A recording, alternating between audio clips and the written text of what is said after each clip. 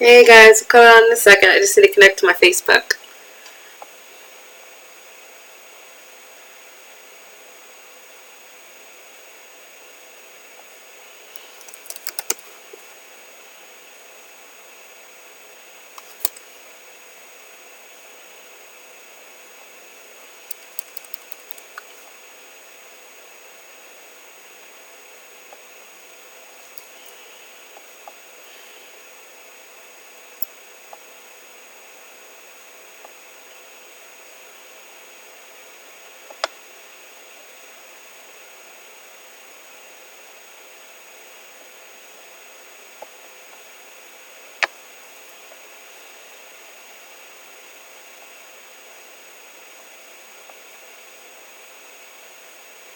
Alright, let me check it so I can see any comments. I'm coming to you in a quick second.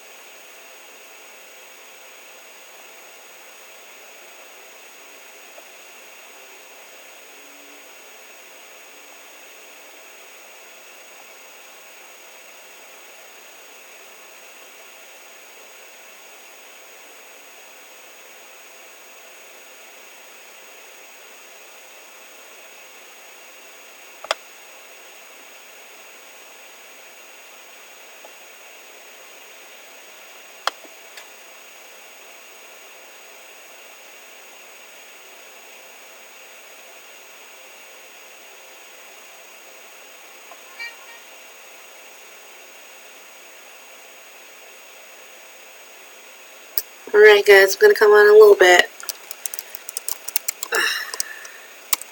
Change things on me.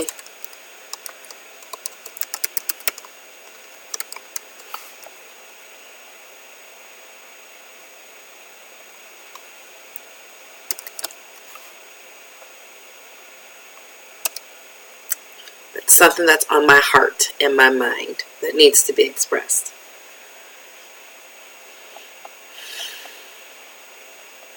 About 2 more minutes.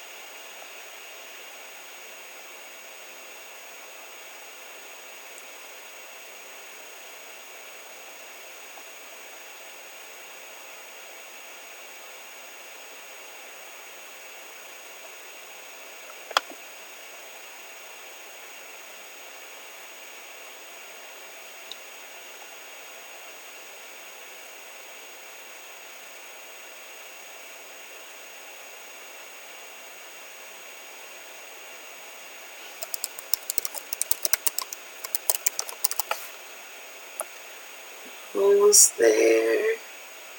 Connect so I can see your comments. So I'm not just talking to myself when I do this. It'll be worth it, guys.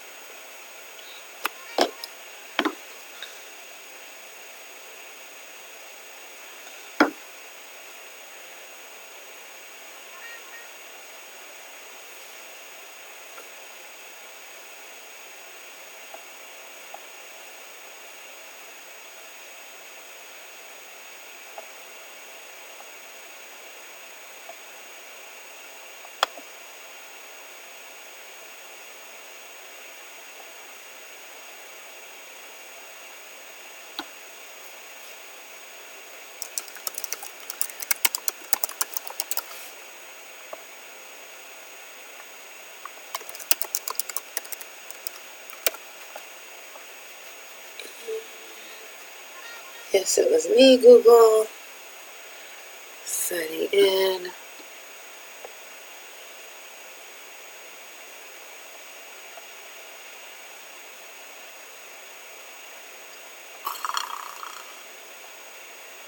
All right.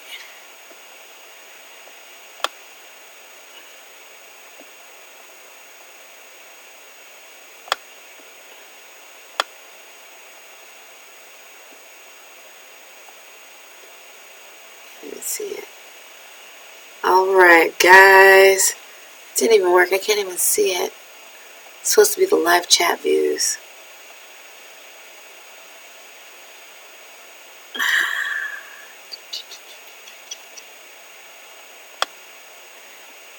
Hey, Misunderstood. Hey, Lisa. Hey, Robert. All right, I'm about to start. I was trying to set it up so I can see the live comments because the way the technology is set up now, you have to switch back and forth. And I was trying to get a widget that had it, but I can't even read it, so it's not worth it. So I just want to come on to talk about, like, as a lot of you guys have sort of heard the call that I put out and have started your own real estate investing journey, and you're now 3-4 years into this, you're at the stage where you have the choice of raising rents, or you're buying places that are under market. And you can be whatever type of investor that you want to be, but I'm going to tell you very firmly the kind of investor I am and what kind of investors I'd like to see. So the reason I made this call is because it's like the second time it came up in a couple weeks. The first time was when I went to Atlanta 2 weeks ago. One of the girls there, her name was Lydia, she had purchased 3 properties after she got my training and talked to me like a couple times on the phone. And 3 of those properties, and now 2 of them have now flipped from, she purchased them at $65K, they're now worth $200K in the Atlanta, Georgia region. And we were talking about how for her properties and for my properties, in every single one of them, the rents when we started might have been $700 or $800, now they're $1,000, right? And I've seen a $200-$300 increase in the rents in my properties too. And, I don't raise my rents. You guys know I don't, because I'm still profitable. I'm in this for long-term wealth. I'm in for stable, consistent cash flow. I'm in this for great tenants who deserve a great landlord or property owner. And I'm also in this for long-term wealth accumulation, which I've gotten because everything I've touched has increased or doubled or tripled in appreciation. So I've gotten the end result. And she said it in such a good way that I wanted to share. So thank you so much, Lydia. And she said, look, in both of these properties where the rents raised, when I got there before it was gentrified, those were the rents. And I was still happy with what I was making on each of those properties. All of these have, but, if I forced this guy who, her tenant was a single father with like 4 kids. One of mine is a single father with a child, another is a retired couple. She's like, look, if I raise the rents from $800 to $1,000, to my life, the way that I live my life and the salary I earn, it means nothing. But to this single father and their 4 kids, it can mean everything. It can mean they have to move. The 4 kids lose their friends and have to move to another part of town. And with Atlanta and all these places that we're talking about already squeezing people in poverty out, I'm not going to be that person. And it was so nice because I really never said that. I allude to it. It's definitely where I stand. But it's so nice hearing someone else going, you know what, without me, just going, that is not what I'm here for. They take care of the place. They pay their rent on time. I don't have to worry about anything from that property and from that tenant. And we don't. And the way that we have learned real estate investing, not everyone says that, okay? So not everyone does this. And at the end of the day, you choose to be the kind of investor you want to be. But I'm saying very strongly that I, myself, and others like that are choosing to be the kind of investors who are still profitable, but we are also choosing to be the change that we want to see in this world, okay? And I want to say that again. We are choosing to be the kind of change we want to see in this world. And so many of the times you think that you're just a standalone business, but the reality is if each one of us decides to be that change, it really can make a difference. So at the end, the reason I made this video today is because today I was talking to a current client I had of New York, and he is purchasing a property, $75K for a duplex. And he was telling me, you know, Lisa, I have sort of an ethical decision me and the property manager are going into. Another black professional. You notice all the ones who tend to do this are black professionals. I work with people of all colors and of the whole spectrum, but it's the black professionals who resonate with this more and are the ones to address this more upright and say these things. So I love the fact that we are diverse, because we do bring that presence and that piece of mindfulness of what we're trying to do in addition to make money, right? And so that's something I really love proclaiming to the world about who I serve and who they serve in turn. And he's like, you know, we're talking about it, and they're undervalued. Each of the tenants pay $650 in rent, and that's a couple $100. But he said, before I even said anything, he said they're long-term tenants. They've been there for like 13 years. I went and saw the place. They keep it immaculate.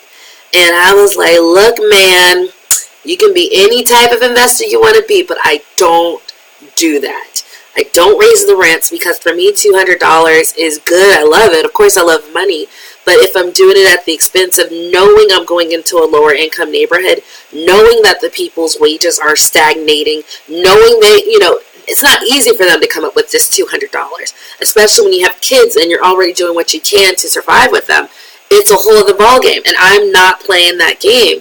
And you know, and I told him there's other people I've spoke to, not just Lydia, but over the years, who in this group, in the Sub 30K Mastermind group, feel the exact same way. So you won't be alone. And honestly, I would love, and I was like, you can do whatever you want, but what I would love is for everyone to start being very vocal about, I'm in here to be affordable housing, but also make money. So yes, I can make more money and that tenant can move out, but I'm not in here for the lowest of the wage earners to kick them out and force them to find a new place. That's not what I'm about. I'm trying to change that narrative and the scenario. And my narrative and scenario, I provide you a good house, you pay my rent on time every single month. And I've had tenants who pay me every month. I don't have to worry about those rents. I don't have to worry about those houses. You know, so I have a very mutually win-win situation. No, I'm not raising the rents, but my house is taken care of. They're going to move out. It's going to be immaculate. You know, judging from my inspection reports that I do. You know, I'm going to get my rents every month. There's no hemming and hawing and this and that. So I get out of it what I put in. And no, I'm not chasing the almighty dollar. And that's just not what I'm about. So I just wanted to bring that up just to show you that, yes, some of us are making that decision. I don't need the extra money. And I said, you know, if I do raise the rents, because last year was the time when the rent was $725, they're like, you can charge $925 because of what's happening in Columbus, Ohio.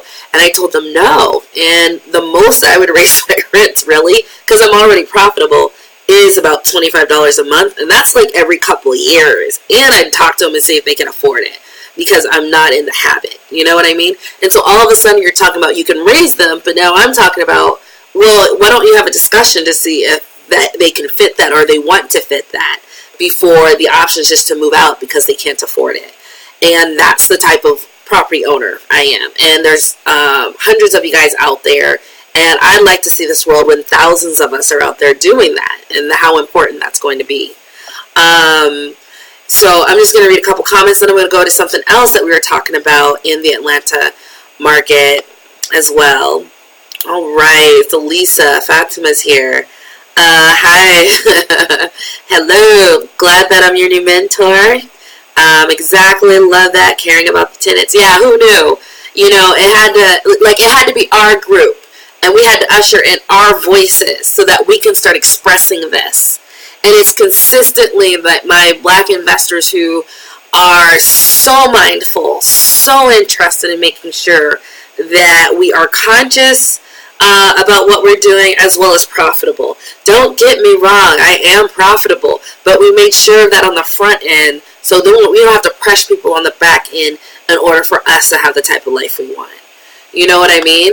And it's important to talk about this, because I don't want you guys thinking that you have, you know, there is an alternative to just the dollar, especially in these neighborhoods. And when I was also in So I was just reading the comments there. So also when I was in Atlanta, I had someone ask a question. He's like, look, and it was sort of like the question had like nuances. He's like, I have a tenant, and they can't afford the rent, and there was something happened why they couldn't afford it. Like they could before, but they couldn't after, or maybe it was like they inherited the tenant, and he was like, the tenant wants to do this and this and this, and all these other factors were pretty good, but she wants to do things this way, and she has a dog, and I don't, it was all these different things. And I think the overall, from what I remember, was that outside of those couple of things that weren't in the lease, she was a good tenant. And they're like, I don't want to evict the single mother, but I'm almost at that point, so what do you do? And I just thought it was interesting, because my first instinct is to go, hey, why don't we make a new lease that accounts for these things, and you pay a deposit, and we go on. Like, I inherited you, but as we go forward, these are the new rules that we came up together, because they're within my boundaries of what I find tolerable in a tenant, and you still get to keep a place. And it was just, it's like it's so funny that and then the other part was the rent, and it was like sometimes things happen, and this was in a Facebook group. Someone mentioned that they had a husband and wife, and the husband left, and the wife could not make the rent. And the thing was, it was so interesting. They're going through eviction, but when you dig into it, as soon as the husband left, the couple didn't, like, the person in the household did not make enough money to be able to afford the rent.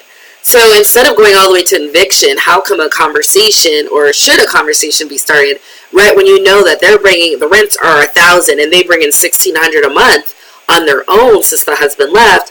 Why wasn't a conversation immediately had like, hey, these are the rents, you make this, and I need 2.5 times the rent, which you don't make.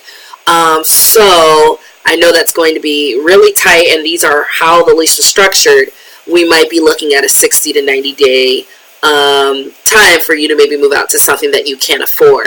And it's just the whole process of, is it just your tenant's fault, or you as a landlord or property owner need to be able to catch these things, know what the rules are, and stick with it, where it could have prevented an eviction on someone's report, and then they can't get housing and they have kids. Like, that is a real thing.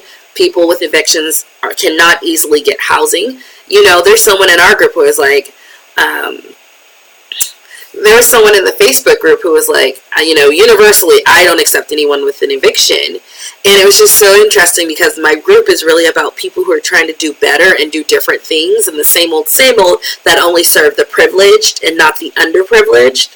And I was like, well, why don't you change things? Because if you know that there's systematic practices, as you say, that disparages people in Black and minority communities versus others, why would you continue to perpetuate a system with your own rental process that knows that happens but doesn't do anything to change it? And there was no answer. And I was like, honestly, you can stay in this group, but this group is about people who want to create real change and want to give back to the communities they're in, not just take from it. So I just thought it was really interesting. So on one hand, it's like, you as a property owner should be able to catch those things before you're looking at eviction, especially when you're living with the lower income tenants or people who don't make as much money. When your average salary is $20,000 to $30,000 a year, your options, and you have kids, it's not the same as when I'm single, or there's just two of us and no kids, double income, no kids, and we each make $60,000. There is a dearth of differences in being able to accumulate money to pay for living costs, especially when you have that. And it was just something that, for me, I say, hey, why don't you as the property owner catch that ahead of time before eviction? Why don't you as the property owner seek to find new ways to work with people in these circumstances versus perpetuating a racist or a systemic issue that is pervasive and you don't want to do anything about it or contribute to it? There's so many people in our neighborhoods who want to take but not give back. I really, really want to focus on the people who, like me, I want to make some change. So sorry if the last part got a little convoluted, but I hope you understand the sentiment of, the onus is on you as a property owner to catch these things way before it has to end in something that could be very serious in someone's life who does not have the resources other people have because their wages don't reflect that. and I would like for you to increase your skill set as a property owner, a rental property owner, than putting it all on them when you should have known in the first place as much as them that it wasn't going to happen, right? Or what you could just, navigate circumstances.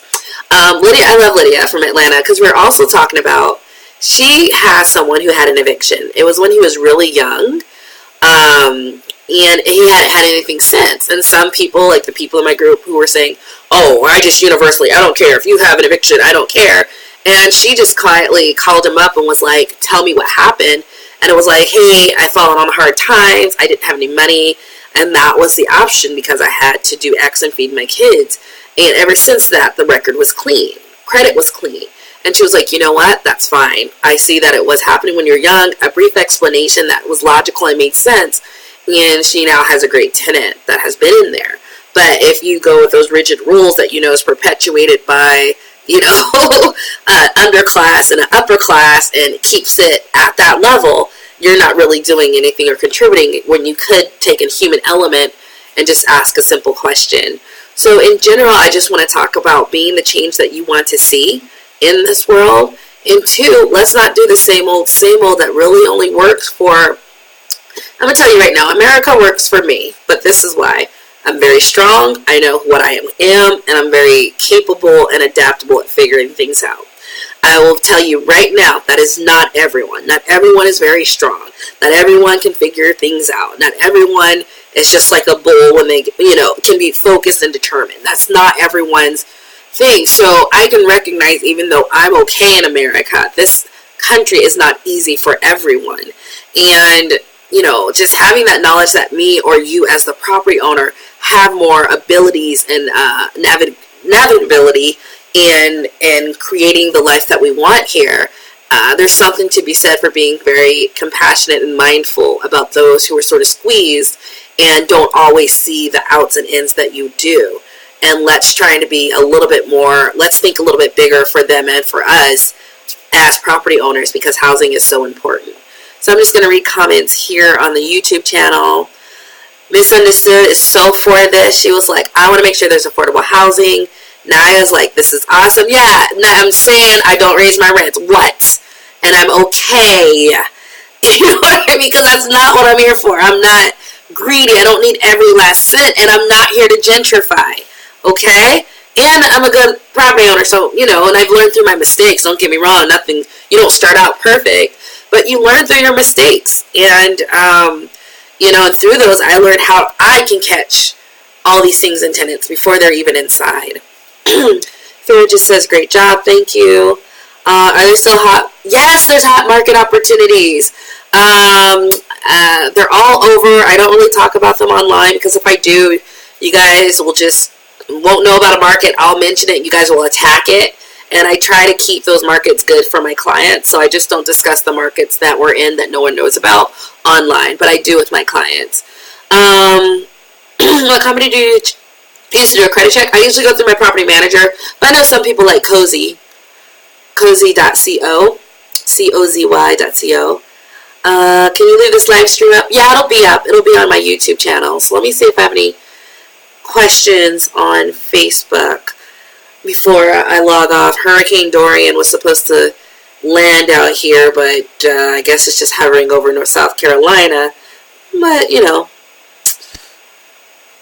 1 second. This is a new older computer. My other computer, my new computer, I spilled water on it, which was sad, and it fried the hard drive. So I had an old computer I wasn't using that I'm using now, but it's so slow. So I'm trying to load up the questions for Facebook, and it's like, not really happening. Let me see if I can see it here. No, I can't see it there either. All right, let's see. Wait for this to load. Let's see if Periscope has anything.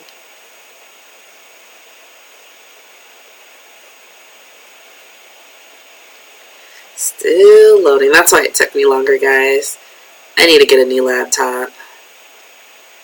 I'm renovating a house right now, and I'm just like, I don't want to spend $1,500 on a high-performing laptop. So, any questions on Facebook? I don't see any, but it's just taking a long time to load. Let me look back at the dashboard. Hogbite, taxes go up and insurance goes up. No to both. They have not in 6, 8, 9 years. But I got good insurance. I talk about those resources in the monthly membership or the resource page of the website. If you go to affordablerealestateinvestments.com. I like how people get salty that I tell them that I'm not greedy, but yeah, still profitable. And if I did raise it, I would do it slowly because I'm mindful that in this price range that I focus on, I am going into working class, lower income neighborhoods where people only make 20 to 30K. Decal, you can get my book on all of my YouTube videos. It'll say you can get a free copy of the book, just pay shipping if you want to start there, or you can sign up for a strategy session, which is the best because then we can have a deeper conversation and coaching session. Lisa's in California. Do you have any successful clients? Oh, yeah, tons. Yeah, they usually go to the Midwest. We find different regions that no one else is looking for in the Midwest. I don't know my Gallup strengths, but I know in general my strengths are, my spiritual gifts are as a speaker, and, gosh, what would you call this? I'm trying to say it. It's almost like, I'm a survivor.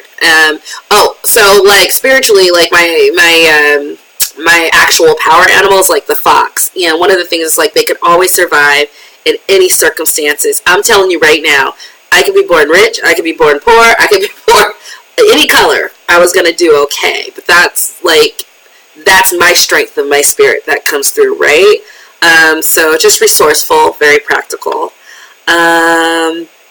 Naya, you can either go to Amazon, it's like $5 for the Kindle book or $15 for the paperback, or if you want a free copy of the paperback and just pay the shipping, you can get that on either my website, affordablerealestateinvestments.com, or all of my YouTube videos have links to it. Aisha Parker, at least if you have good credit but no cash flow, is that a good calculated risk to take? Yes. Are you familiar with the Houston, Texas market? Yes. I know in East Texas there were some pretty, 60, 70K properties, but there's other places in Texas that are way better. You can get more bang for your buck. Let me see if Facebook finally loaded. I hope this thing doesn't freeze on me. And it's not like this computer is that old. It's maybe 6 years old, but in computer time, with all the technology trying to run these dual screens, it's like 80 years. Alright, you're welcome, Fatima. You're welcome, Aisha. You're welcome, Naya. And yeah, so just a few more questions before I log off. And, and I want to say this. So when I say this, who resonates with this? Because at the end of the day, you can be the kind of investor you want to be. Of course, raise your rents if you want to raise your rents, right? But I just want to know, who really understands what I'm saying? Who's catching what I'm throwing out? That's what I want to know. Can you mention in the comments who out there get what I'm saying? And of course, be profitable. But what, Hogbite 1, you're actually wrong. Like, my insurance has been $35 a month. It actually went down a little bit. Yeah, my property taxes haven't really been escalating to that extent. But even if I did, if it goes up $100 a year, how much do you raise your rents? 10, 15 bucks. Cincinnati's block to block. Misunderstood, gets it. Decal. Thank you. And like I said, some people actually get really upset that I'm so firmly talking about, well, why don't you do something differently? Why are you trying to uphold systemic oppression? Like, why are you doing the same things that don't work? Knowing that, there are differences in how one person gets paid, depending on the color of your skin, how one person gets redlined, depending on what color of your neighborhood, how one person gets fired first, how do you perpetuate that and not want to do something different? So at the end of the day, all of us are just individuals, but collectively, it's okay to say, I'm mindful of affordable housing. I raise my rents to stay apace with inflation But, if that's $100 a year, I would respond accordingly. So that'd be a $15 a month increase. I understand that we're going into lower income neighborhoods, and I am sensitive to that fact that they don't have those resources. That is what I wanted to get off my chest, and I hope you guys hear that. At the end of the day, you can do whatever you want, but I know if enough of us start taking this viewpoint and start standing in it firmly, telling people about it, checking people about it, and being like, this is the type of investor and change I want to see, we're already changing the conversation because we're successful, but it will magnify it and get people who are our tenants to understand, well, what about this new way of doing business? Instead of kicking everybody out and just pushing poorer people to further parts of town. Like, we want people to talk about us with, like, that's the kind of business or landlord I have, and, I'm proud of that. I'm proud to see that that's taking place versus me being treated like I'm nothing because I don't have more money. Because you are valuable. I didn't have any money when I grew up, but we're still valuable people, and the value doesn't have to always come down to dollar and cents as long as you're still making money.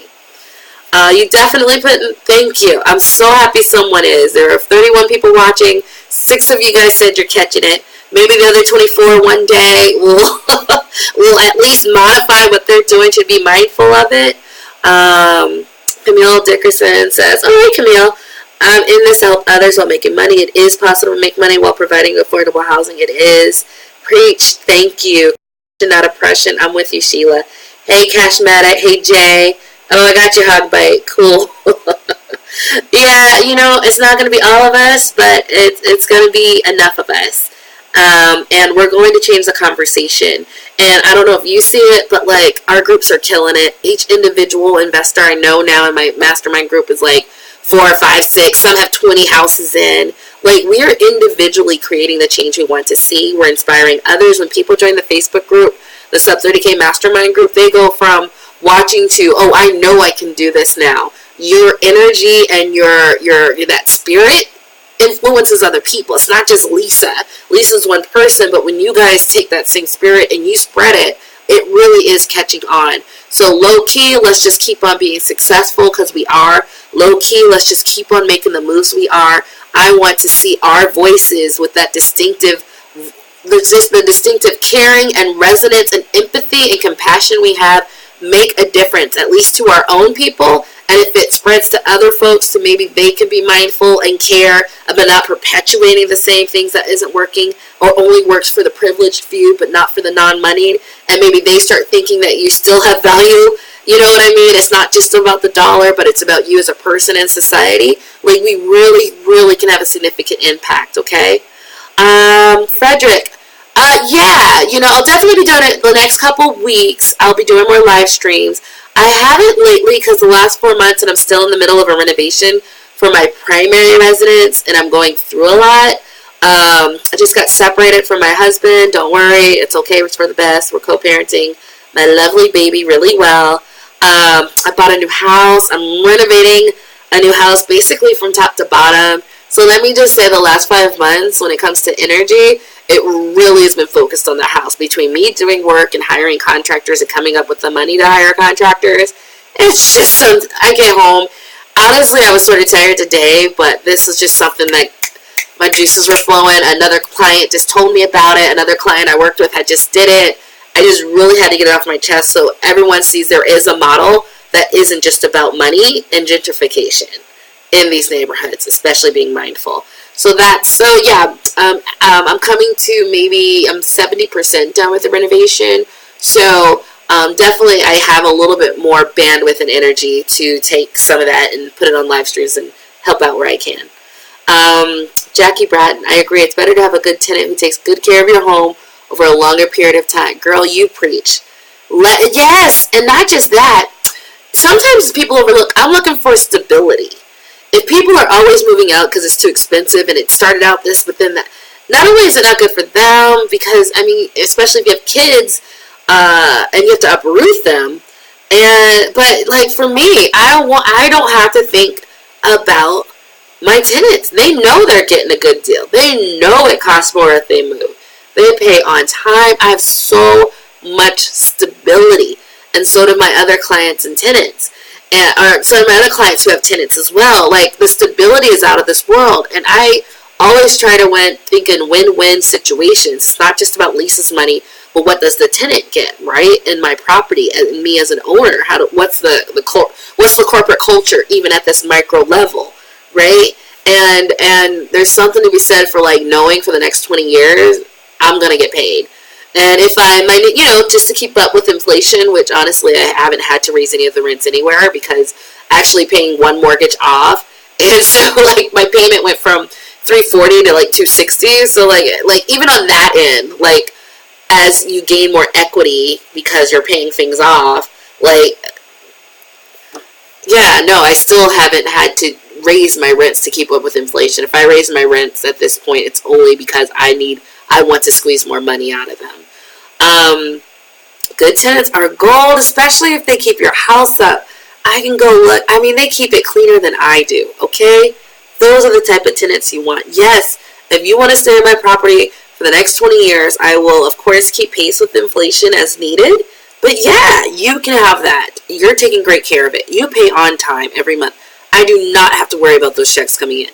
The one comes in on the 10th, the other on the 21st, period. Right? Like, there's something to be said for having that, like building a portfolio, building a rental property system where it's just boom, it really just steadily comes in because you did your part, they're doing their part, and it's equally beneficial.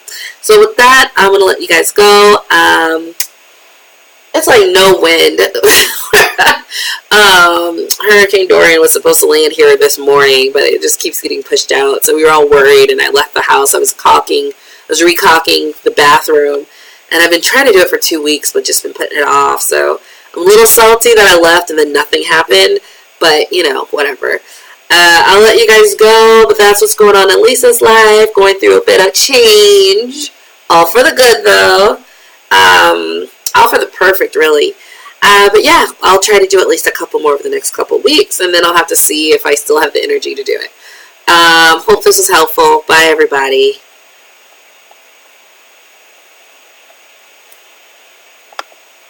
Bye. God bless. You are so right. Thank you, YouTube, for showing up.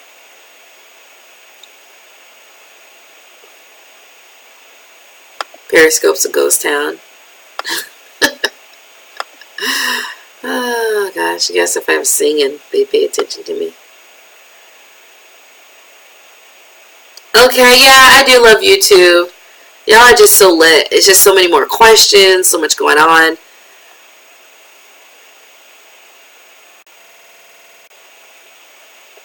I'm still trying to end broadcast.